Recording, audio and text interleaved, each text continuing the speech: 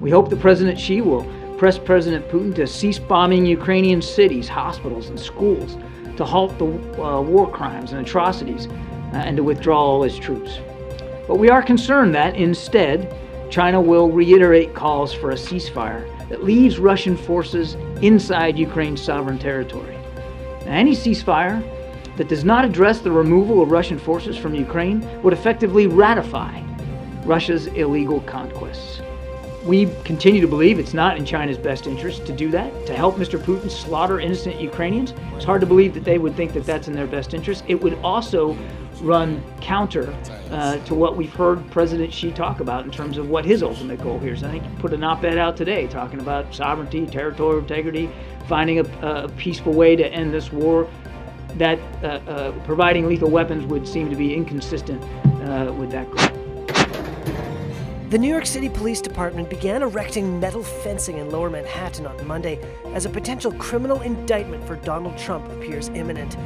Law enforcement officials were stepping up security around the Manhattan courthouse where the charges would be filed after Trump over the weekend called on his supporters to protest. Manhattan District Attorney Alvin Bragg is probing alleged hush money payments made by Trump's former attorney Michael Cohen to an adult film star who claimed to have had a sexual affair with the former president, claims Trump denies. No current or former president in U.S. history has ever been criminally charged, and Trump is in the midst of yet another campaign for the White House. All signs point to his imminent indictment by a grand jury. Danya Perry is a former assistant U.S. attorney for New York's Southern District and told Reuters what she expects may happen next. Former President Trump is not going to be dragged in front of a scrum of reporters. There's not going to be a perp walk. He won't be put in handcuffs or shackles.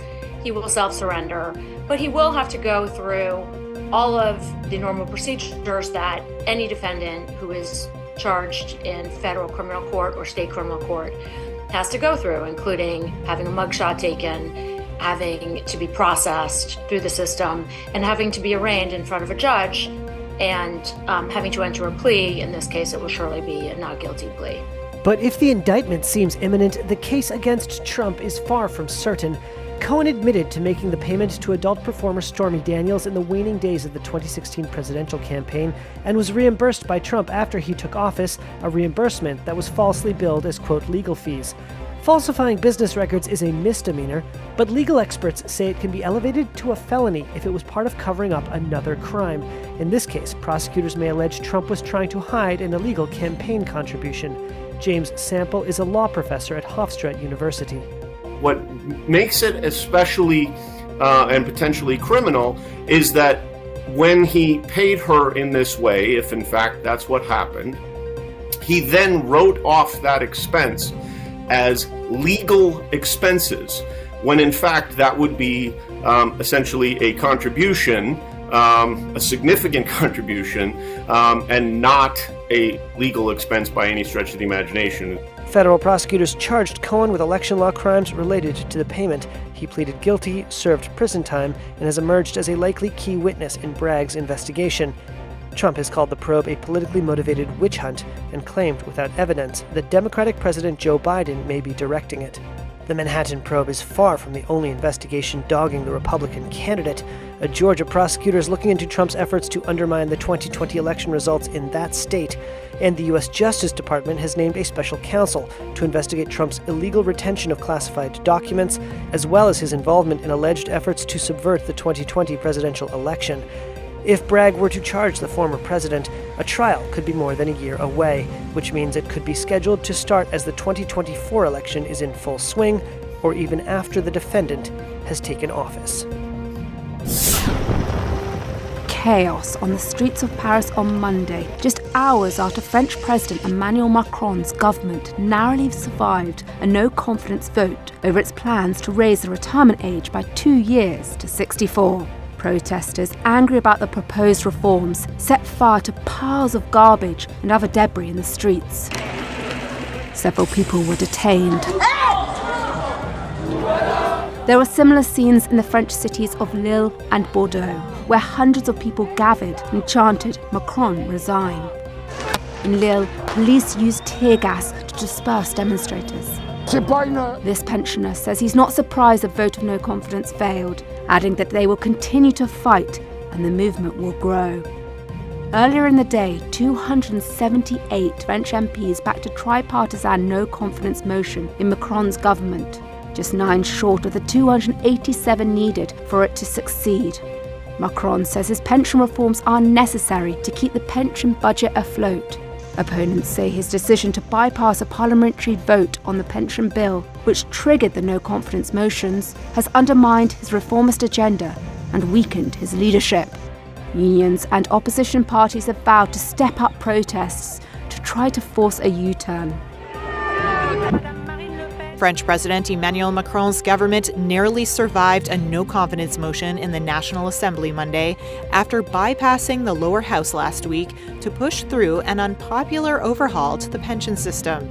The outcome was a relief to Macron. A successful no-confidence vote would have sunk his government and killed the legislation, which is set to raise the retirement age by 2 years to 64. But the relief could be short-lived. For one thing, the vote was closer than expected. Some 278 MPs voted in favor of the tripartisan no-confidence motion, just 9 short of the 287 needed for it to succeed. In addition, unions and protesters have vowed to carry on with the strikes and protests against the pension reform. Macron's government says reform is necessary to keep the pension budget afloat. Some hard-left lawmakers have called on the Prime Minister to resign. When she addressed lawmakers on Monday, angry MPs walked out in protest.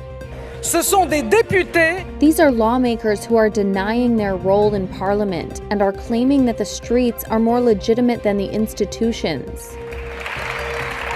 After the vote, far-left lawmaker Mathilde Panot said the government has already lost its legitimacy. We only needed 9 more votes for this motion of no confidence to break this government and its reform. 9 votes. As the government is already dead in the eyes of the French people, it no longer has legitimacy, and of course a prime minister who no longer has legitimacy or power to push through with her reform, and who has to resign while bringing away the reform with her. Violent unrest has erupted across the country in recent days, and trade unions have promised to intensify their strike action, leaving Macron to face the most dangerous challenge to his authority since the Yellow Vest uprising over 4 years ago. A 9th nationwide day of strikes and protests is scheduled on Thursday.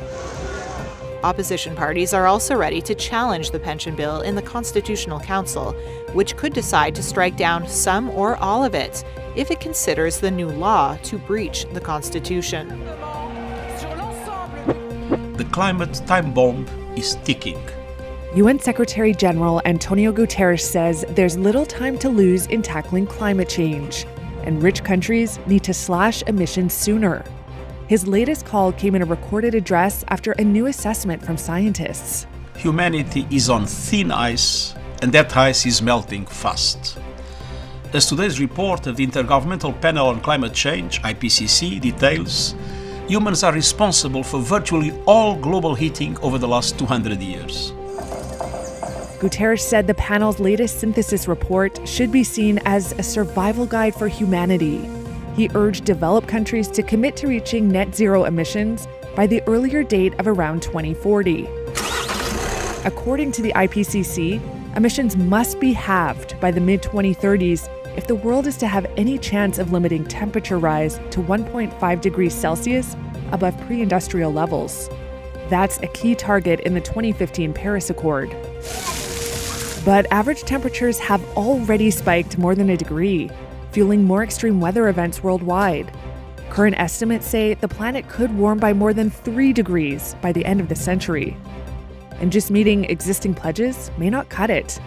Here's the panel's chair, Ho-Sung Lee. We are walking when we should be sprinting. Nations are expected to update climate pledges by 2025. This latest assessment will serve as a guide. If there's any chance of making the necessary emissions cuts, the panel says, the world needs to transform agriculture and eating habits and speed up the transition to green energy. The warning comes while it estimates nearly half the planet's population is already vulnerable to climate impacts.